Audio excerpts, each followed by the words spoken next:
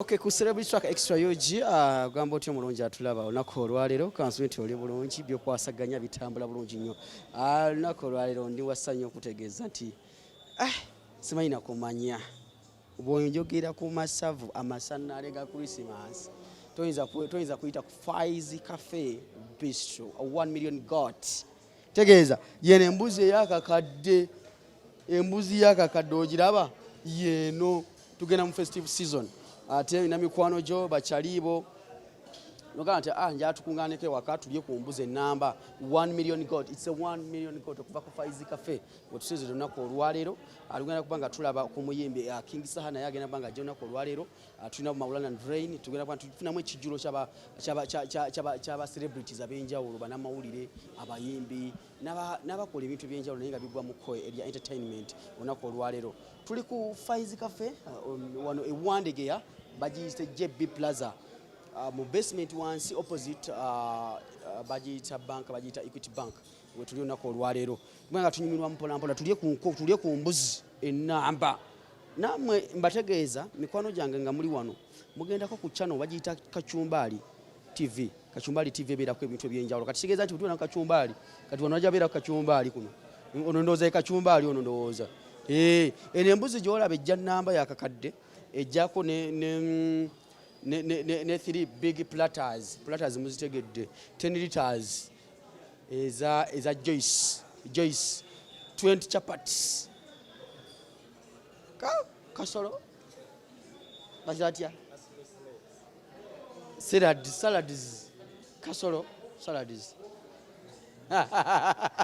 okay negataako omukulu bamuyita Edios Media ibana ng'okyusakyusa engoye wagwani enanti ebintu obimanyi kati wano tuzze wa Faiz tuzze kulya so ndi musaati njeru nyinza okweyiira ebifiififi bikyani nensalawo kanti iweko kino ekya bbulaaka indye mmale nkyuse naye ng'omusajja ono kusimba luseke luno terukyalina luseke kiseke kubanga omusajja kyatukoledde kyamaanyi era tumwebaza omutima ogwagukuume katulye embuzi nga bwe mukiwulira 1 million got. Okay, katugenda kuyingirako wano munda katono ate tubalage ekifo kino nga bwe kigenda obeera olunaku olwaleero enteekateeka nga bwe kati wano tuba tuyingidde gye bayita Faiz Cafe.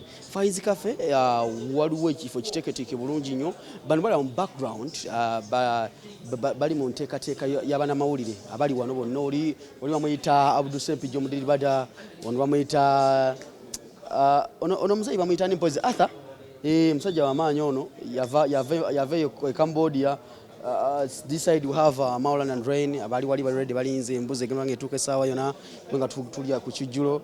This side tulina Kavuma ennaku ezo mbadde mwogerako nga ku nsonga z'okuba ekifaananyi wano e Kampala ebifaananyi byazaakuba mu art industry naddala mu entertainment KI mukulembeze olaba ebifaananyi ebya King Saha byasembye okwekubyawo mu Kivulu mulimu KI Spice Dania KI ono KI omukulembeze Bobby Wine ebisinga ebifaananyi kutambula ya KI omukulu ogamba otya?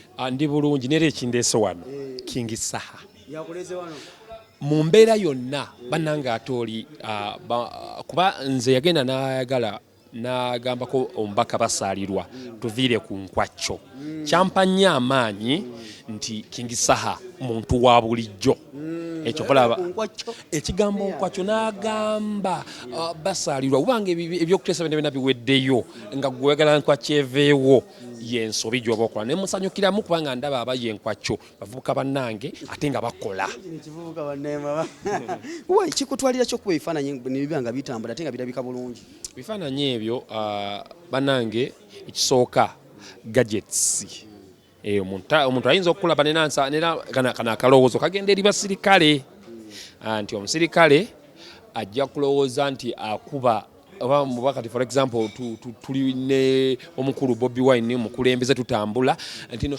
bannamawulire bino bakubakuba bannamawulire obitegedde ebyo obitegedde divorce bakubakuba bannamawulire nti tetubamanyi wano temukwatawo ojja genda okuba ekintu nga tokimanyi nga emisaala go myaka 3 si mu bubi abasirikale kano kalowoozo bamanyi ntino nakubakuba ekintu bannamawulire mbu nakuba kamera y'omuntu tagimanyi kiki kyakubye ako kalowoozo ekireetera ekyo okuba ebifaananyi ebyakabi ekisooka gadgets za bbeeyimu budget za bbeeyimu ne commitment divorce bino ebintu twabisoma naye twabisoma katini naye nga ekyasooka kubeera na passion ng'ekintu okyagala era divoshi kasita ompita ku mukolo gwo nga saagala kifaananyi tekigenda vaayo saagala kulimba naye kisooka kubeera muli munda nga nange nkiwulira nti ono King Saha mwagala ono Spice mwagala ono divoshi mwagala oli okitegedde osooka kifiiringa mu mbeera eyo ng'ozze okirimu n'okyambala. Ze kankute naye Mama Fina yangulidde kamera ogirabye R6 Mama Fina oyo bane leka nkwebalizeeko Mama Fina webale kuyamba ku divoshi okulaba nti walina n'omuzindalo gwa wireless kikulu okuba kutta okuba kutta abantu oba bagamba okuba luseke lukube kubanga n'abatalukuba nabo balina ebizibu naye omalu yekubire waba akuwadde lya si mu bubi. Okay, tukyagera mu maaso tuli mu Faiz Cafe bwayagala okulya ku luwombo nga lulungi nnyo embuzi la 1 million gold jengambye namba okulya ku nnyama enjoke ennungi obulungi nnyo kyakuba ogifuna wano bulungi nnyo omukulu Faizo njagala mufunemuko wano naye tuwayemuko oba mpitewa Faizo jangu eno Faizo kampite wano nfune ku Faizo tubuulire enteekateeka ziri zitya wano ku Faiz Cafe okulabika nti ekintu bakikwasaganya naye nga omukulu Faiz wuno wano CEO the founder of his place ogamba otya baba sina tabuse tambula bitya tugezaako bagamba nti abagagga olusi tebenyigira nnyo mu mirimu naye nkulaba weetala boddeno boddeeri sokuze kwatula ku abatulaba n'abatuuliza ku celebrity track wa musajja wange Divoshi Matovu mbabuuzizaako mikwano gyaffe okusinzira Uganda we tuwangalira n'emitala w'amayanja yonna mwebale tuwagira nga Faiz Cafe ate mwebale kuwagira celebrity track amannya gange nze muyiga Faiz Okisiki owa Faiz Cafe Bistro wane Wandegeya ne Faiz Construction and Real Estate Developers olwaleero kabaga kaba mawulire abaana bana abalenzi n'abawala bakola emirimu mingi bayirawo abantu bangi nnyo emibiri bafubye nnyo okulaba nga basitula talanta z'abantu ate bo ne batafunamu neffe nga Faiz Cafe twakitwadde obuvunaanyizibwa ne tugamba nti tulina obbaddiza akatono kazira mu liiso naye tubakoledde kaddina wano ffe tumanyikiddwa mu kufumba mbuzi yakakadde 1 million goat naye tugambye engeri gye tugifumbidde abantu abangi lwaki tukigibawa tusabe ntubagamba nti katubateekemu emiliyoni y'ensimbi nga temulina kye mutuwadde ffe nga Faiz Cafe mugirye era tukozesa ground y'emu okubasiima n'okubeebaza ekyokusatu nga bwe tusemberera Christmas buli lwakutaano lwonna oluli wakati w'olwaleero paka nga 25 buli amawulire ku lwakutaano agenda kujja wanalire bwereere ekyemisana ntunulya musingana saiba ngaze nga agisimbudde okuva eri priority egenda kubeera eweebwa abaliwo olwaleero abaliwo olwaleero saagala ogaye nti ate nze nkola ku gundi kwolwo nali biza priority y'abano abaliwo olwaleero kubanga ndudde nammwe ate abangi munkoledde n'ebintu nga temundabangako so emmeme gabagaba yefuna n'emmeme efuna yeddiza so mbeebaza baganda bange mwebale nnyo mwebalidda Faiz Cafe tukola ebintu bingi tukola 1 million goat jawo yinyonyola abantu nga tugenda mu festive season 1 million goat eno kyekyokulya ekitambula mu December tetambula December nti Christmas yokka netambula all throughout naye with an exception of Christmas offer tulina Christmas offer weeri ogula embuzi ennamba eyakakadde ejja embuzi nnamba egirako ensaniya z'emmere 3 juice lita 10 chapatis 20 salad n'enkoko ennamba 2 eza gravy so omuntu yenna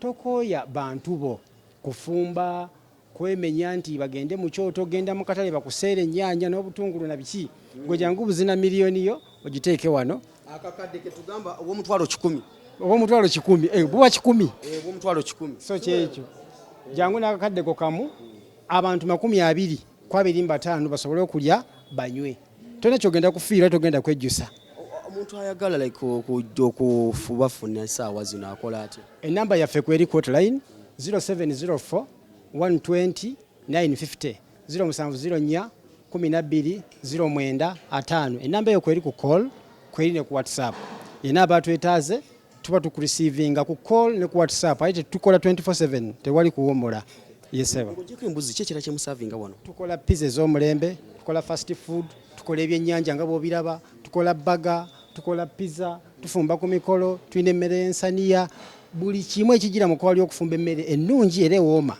tufe tukirina naye tutambula nnyo ne bannamawulire ne bali entertainment industry ya Uganda nga bwefaanana bonna era bonna balidde ku mmere yaffe ne bagiaprovinga ne bagikakasa nti emmere ya ddala. Waliwo oluwombo olw'enkoko eri enkoko oluwombo lwa muko bagita bati bagiyita nkoko ya muko.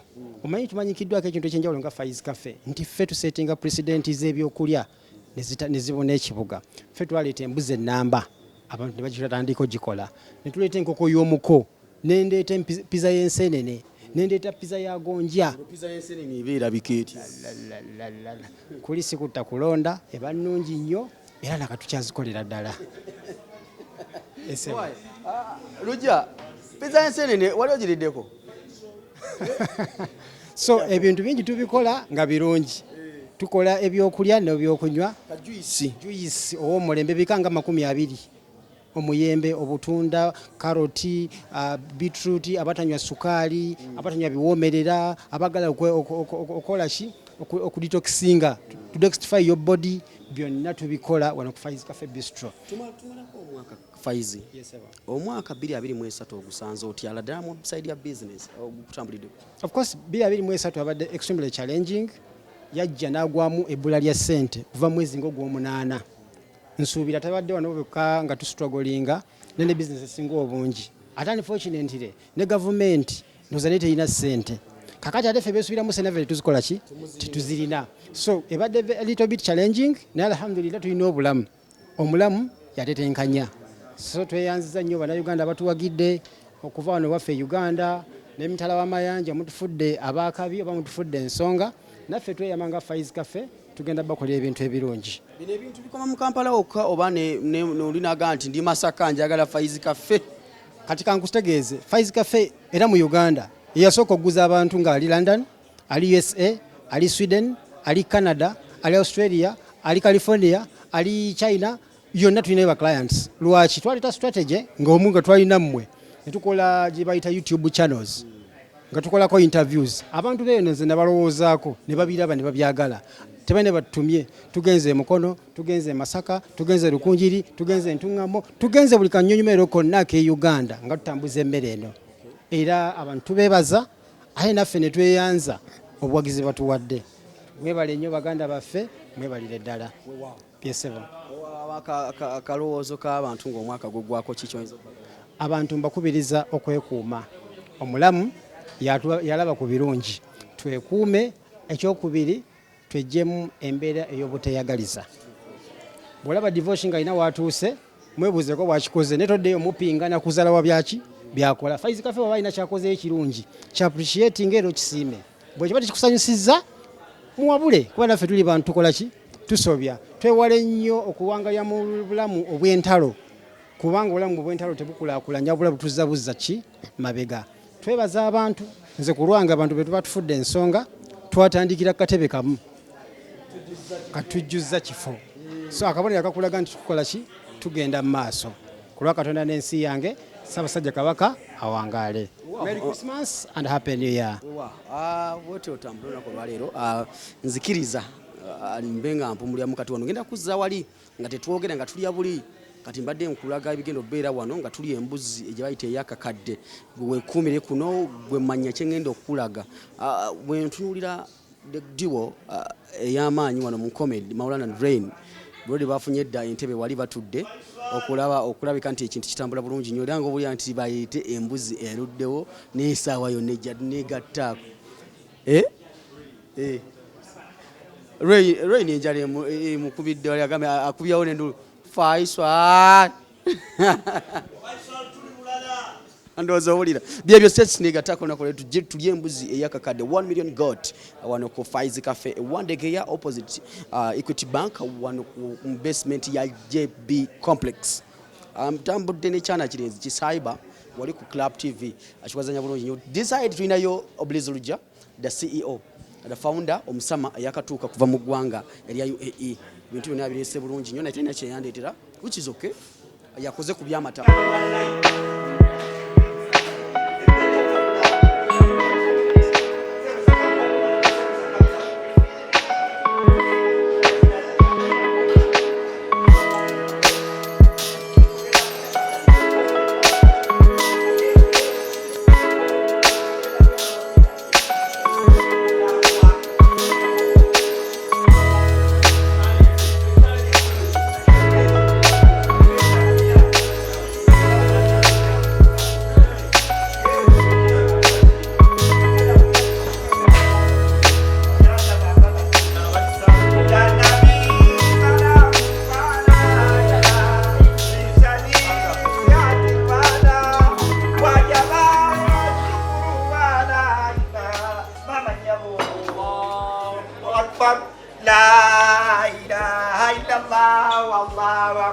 singa sazalibwa mwaliridde kakimmwe bayimbulizi mmwe singa sazalibwa mwaliridde kakimmwe bamabulanda ekankubire esahani ayine siya nga eno byononese enamuseetuse ku nyoge owekitalateekako Faizo kafe kino kyotukoze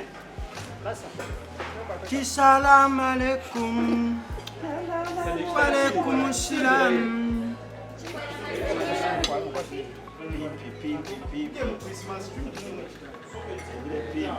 kirete eno gete eno owaayi kyali kitya gumikira gwa mbuzi nguliwa asebo ne bannyabo ndi bulala it is another birthday celebration so this is what we have been talking about all along. This is Faizo Cafe. When we talk of the goats, the only thing that should come into your minds is Faizo.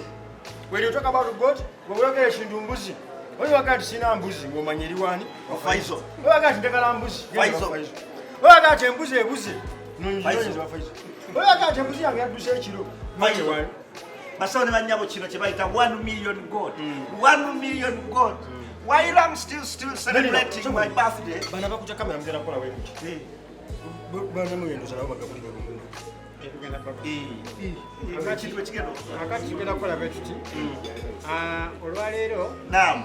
Musazeewo nga Faiz Cafe. Yes. Wamune Maulana Rain. Yes. Nga tugasa amaanyi ago. Yes. Bitiibwe ebyo. Tugize bannamawulire. Wow! La ilaha illallah. La ilaha illallah. La ilaha illallah. Muhammadur Rasulullah. Na. Abadaga byenyo. Wakati Faizo byenyo. Tugize bannamawulire bano. Ekisooka tutambulira bebbanga ddene nga Faiz Cafe. Mazima. Tukushiza ebintu byaffe ebbanga lyonna. Ne tugamba naffe tugenda gatta amaanyi wamu ne birthday arrange ettaliwo tubaddiza embuzi ennamba.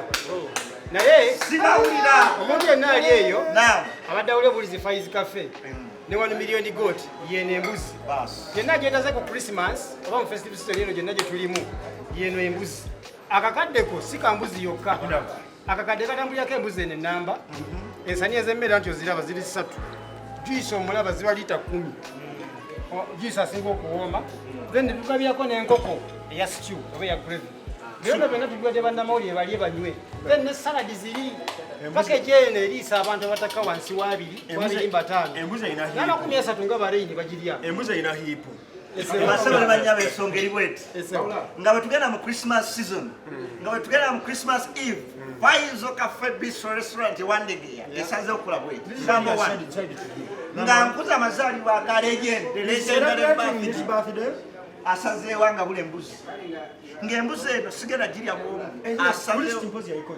Faizo yaliko mbuzi namusaako mbuzi era asazeewo embuzi agabule bannamawulire mwenna embuzi so nolwensonga eyo njagala baba amawulire abatali kamera nti essaawa eno emabega ga kamera waliyo abantu nga Iblis lujja waliwo abantu nga Ibulake bali eyo mabega beesuuze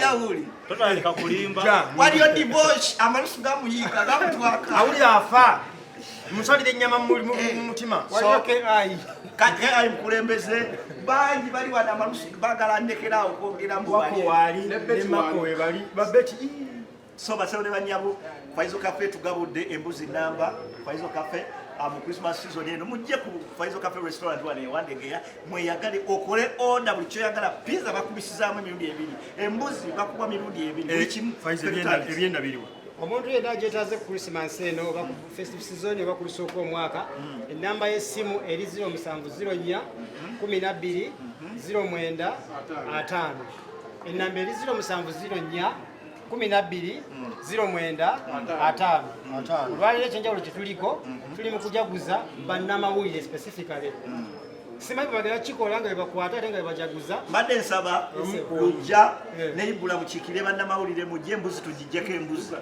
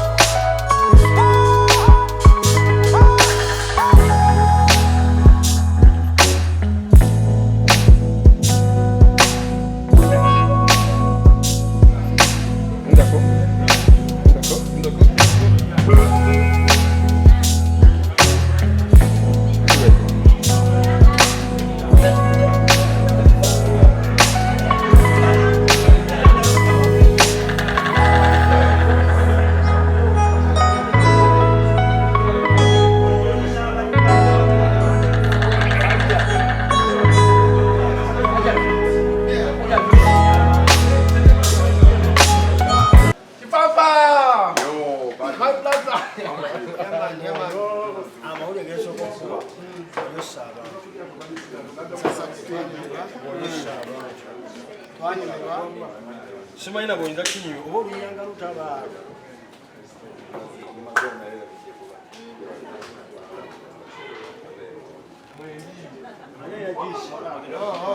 Mariam, leta juice yangu. Yeah man, tulwa Faiz cafe. Changamu. Tuina chocholi. Tulimo kulya ku mbuzi. Ati Faiz cafe aine embuzi aine kisambi ekiba kuno paka Gomba. Paka Gomba.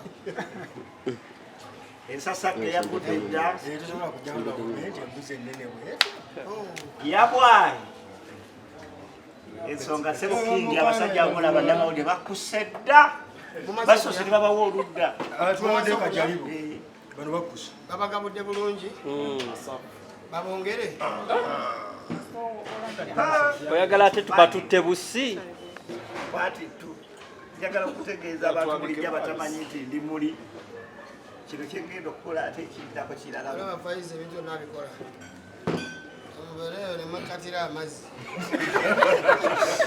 ataba ne juice manyi basawo babeera abalimba nywa amazzi tumbe era nje juyisi muntu amazzi galina mubiri gamumala egaggwamu afe musimanya eddagala tebalinywesa juyisi waliwo omusawo yali agamba mu ddagala tebalimisa juice naye ngaakati kandimire naye balina dda ate lyadda girasi zirwa Leta glasses.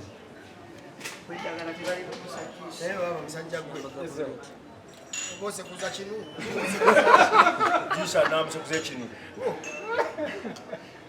juyisi alewo owooma engalo oyinza okugamba siyezikamula Yaman. owooma engalo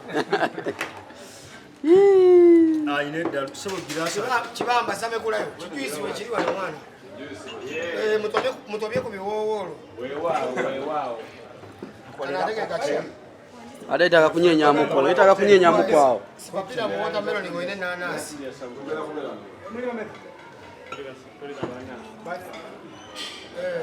Kabalete ebintu. papa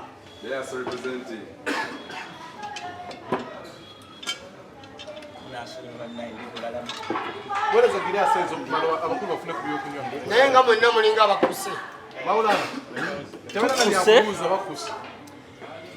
naye nga kyobuma kiri kimu mu ngeri y'okukulisaayo omuyimbi okuva erugogo basazeewo obulago bagogole bati omwana tumukulisaayo okuva mu afrikana obulago babugogodde bati gambye emisinde gyenakawuka Kibamba. nze gambye saha wali ossa abantu enfuufu ate kasita wasitula prinsipo n'atuula wali n'abantu bali batusi basuka obungi nobawo ekisinga obulungi twebaza abawagizi ba saha bonna bonna mazirayo twebaza mwenna mwenna twebaza mwena bonna abasobola ebyakezo tembisanjole mulonki y'ebiseera ebyo ndowooza mwalaba ebiseera ebyo byali bya tabbu abayimbi bonna ab'ebiseera ebyo baaliwo bakamiiri baaliwo baziza bafana baaliwo principo yennyini yaliwo nekenzo bangamba yaliwo twakkiriza sebo sebo ng'alaba ebiseera ebiseera by'omwaka ogujja tubitwale ne bigayi sebo yabamba bigayi saabayimbi yabamba tulangirira ebiseera ebyo by'omwaka ogujja tubitwala mu lwera lwera wabomoka Kingi kino wakikola tutyo okubanga wakuŋŋanya abayimbi bonna ate nga abasinga okuba ab'amaanyi ne bajja ku shoyo. abayimbi bonna mikwano gyange okujja nga olyandiramu feeling naye abayimbi bonna mikwano gyange ekyo olina kibuuza ffe abakolagana ne saha ekituufu wesanga nga saha tomwagala ng'ate oli muyimbi munno ba artist munno baka amajinni nogera ne bakwambulula ne bakujjanjaba balina okugjako ebyokola kyabakoze eki Era awo wennyini Kingi abawagizi bo baavayo ne bacomplaininga ku venue nti wabategekera venue tono ate ng'omukwano. nali simanyi tiwafunda mutegesi nali simanyi tiwafunda nagera mu kifo nga ndaba kigazi kyafunda bufunzi naye tulina enteekateeka endala sebanga maama nabbange yajja ne bamusibira ebweru nga wajjuka tajjaawo ate alina eggaali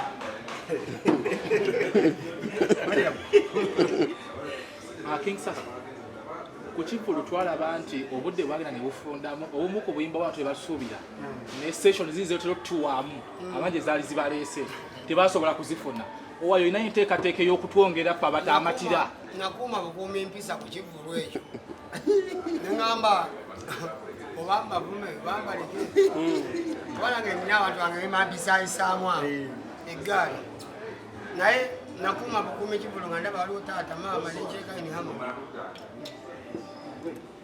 tewajjanga otusuubiza tugambe nti awo oba omusonyiye musajja gwe ngamba nti gyova kuba omugere otegeere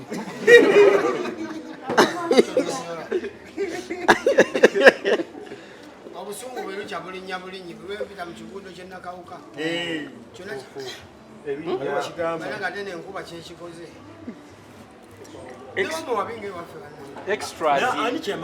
extras zawedde oba zikyagenda mu maaso tulina lukaya lyantonde ngaba tubeerukaya tujja ab'embalala tugenda kubamba nono omusajja mugalonda tayogera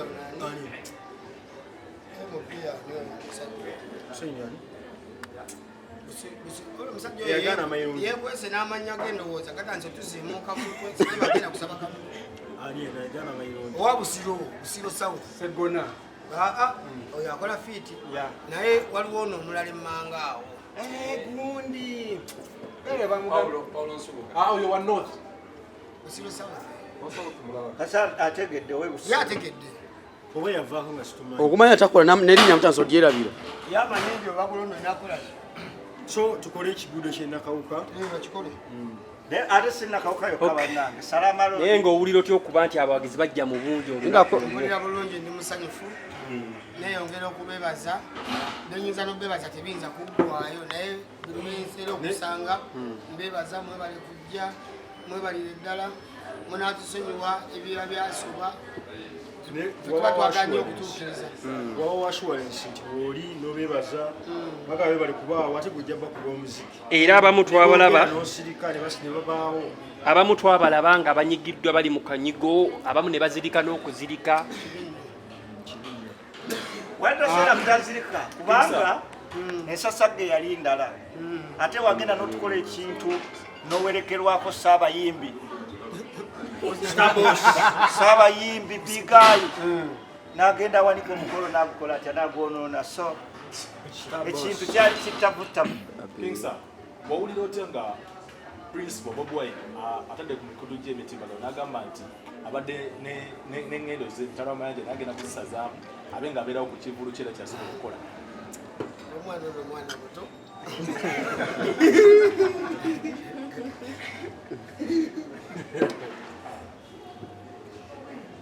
kyolina okumanya enkolagana entuufu ezaaleeta olina omukwano gwo tayinza kulekerera ku mbagayo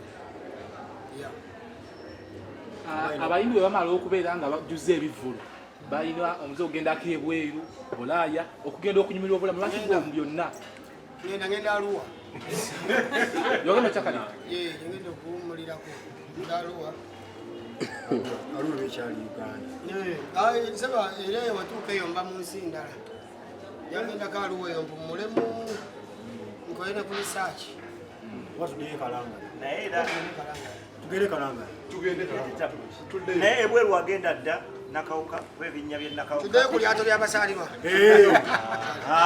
tuddeyo kuno ligenda kuba lya muwanga kivumbi sala eryato